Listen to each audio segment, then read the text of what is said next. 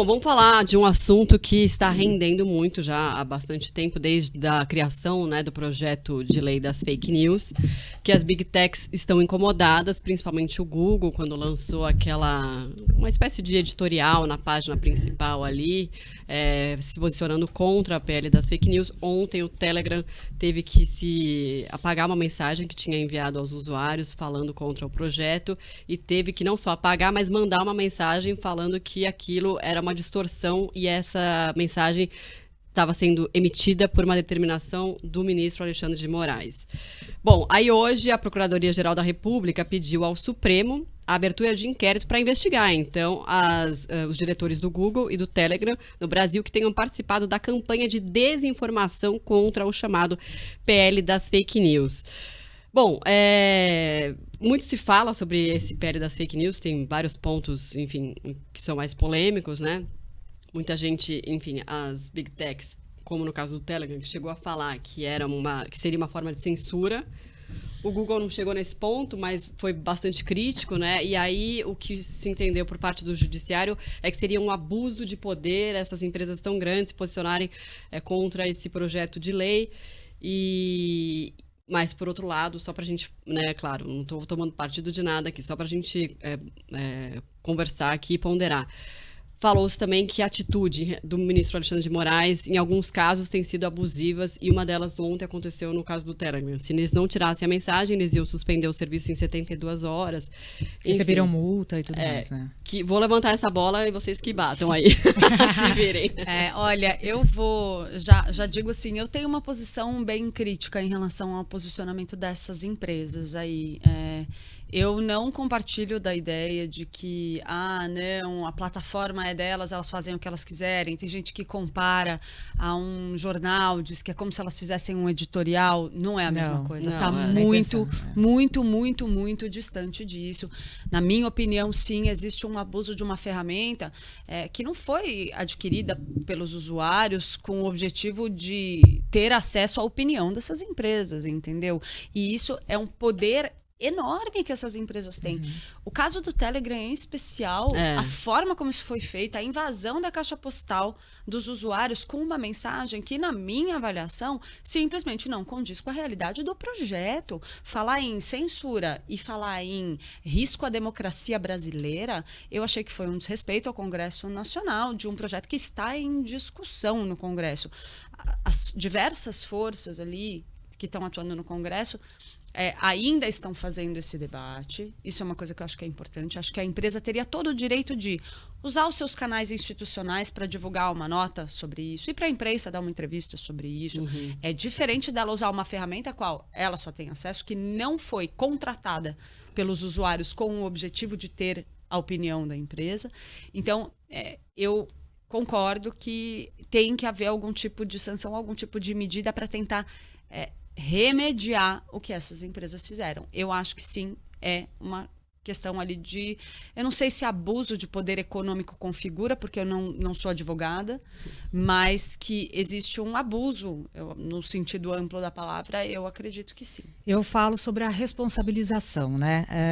A partir do momento em que você tem um serviço, independentemente dele ser de busca somente, mas é um serviço só de busca, a gente só tem uma ferramenta de busca, então a gente não se responsabiliza pelo conteúdo que as pessoas colocam.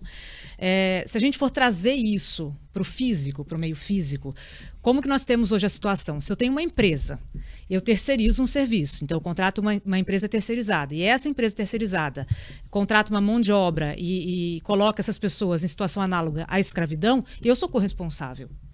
Né? E isso, para mim, vale da mesma forma. A partir do momento em que você tem um determinado serviço e que você faz vista grossa para determinadas situações, para determinados conteúdos, e não, isso não é responsabilidade minha, né? E você deixa aquilo ali fluir do jeito que coloque, finge que você não tem responsabilidade nenhuma, tem que haver um limite. É um grande desafio, não é um desafio só para o Brasil, é um desafio mundial. A gente sabe regular essas empresas, e ainda mais agora a gente está falando de inteligência artificial chegando aí, na força que chega. Então a gente sabe que no futuro... Que medo, né? Que medo, porque a gente sabe que a manipulação de imagens, né, no futuro, que já está aí, nem é um futuro, é um presente. isso vai ser muito pior, né? As fake news, utilizando imagens ainda, com toda a manipulação, a gente lembra a história do Papa recentemente, né? Com o casaco e tal. Então isso aí vai ser cada vez mais difícil você regular. Agora, que tem que haver algum tipo de regulação, tem. Eu acho que a gente não vai ter como fugir disso. Mas o principal, a meu ver, é a gente trabalhar na comunicação. Fake news sempre existiram na história da humanidade. Com nomes diferentes, mas já tivemos tantos poderes totalitários, independentemente de direita ou esquerda, porque as fake news existem dos dois lados. A fofoca mentirosa, né? Fofoca mentirosa, né? Quando não tinha nada disso, olha, fulano, você não sabe. Então, né? E a Só gente que é mais viu moderna um pouco. Tanta manipulação aí com poderes totalitários usando as fake news, com jornal, com propaganda, enfim, tivemos vários exemplos na história mundial. Então elas sempre existiram. É que o poder delas hoje é muito maior. É por causa da proporção. Isso, né? mas o principal capacidade de difusão dessa informação é a gente trabalhar com a educação das pessoas, para que elas saibam separar, né, o que porque é muito confortável você estar dentro da sua bolha recebendo só aquele conteúdo que fala a mesma coisa com você, que você pensa, né, as mesmas ideias. Aquilo é muito confortável. Eu falo sempre que a gente aprende muito mais com o diferente do que com o igual, né? Então, a partir do momento em que você está com ideias diferentes, sem preconceito, isso gera mais criatividade, inclusive, para você, isso gera um aumento de repertório. Então, se a gente tem, na situação atual, as fake news, é porque muita gente não sabe ainda dissociar o que é verdade, a realidade da mentira. E esse trabalho tem que ser cada vez mais intenso ao mesmo tempo. Não dá para...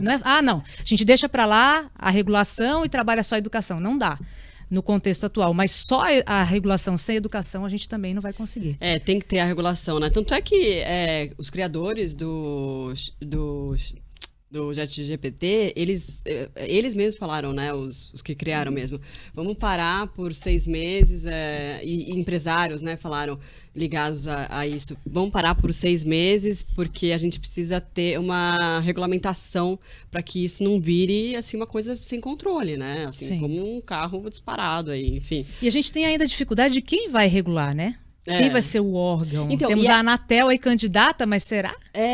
Assim, o que também, né, circula muito nas redes sociais, só para eu citar o que a mensagem do Telegram ontem, foi a seguinte: o Brasil está prestes a aprovar uma lei que irá acabar com a liberdade de expressão.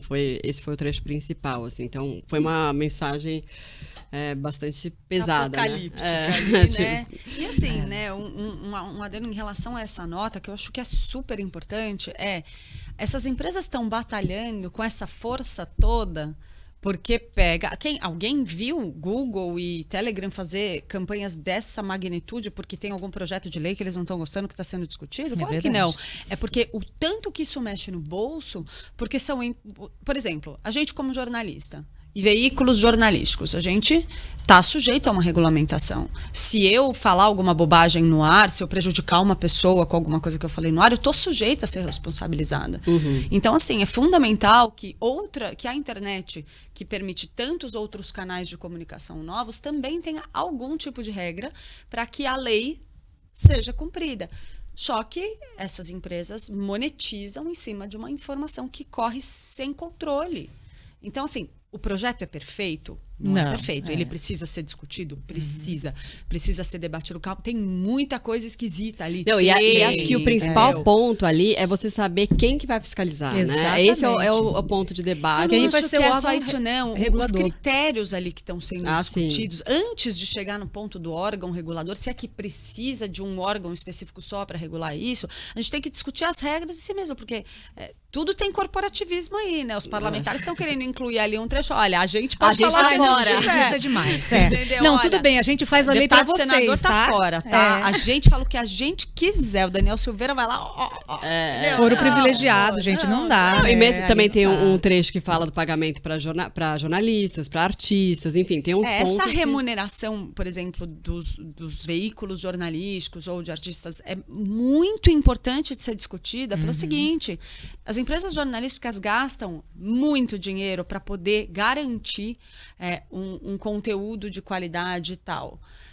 E aí, essas empresas, essas big techs, elas ganham dinheiro em cima de um conteúdo pelo qual elas não pagam para que ele seja produzido, né?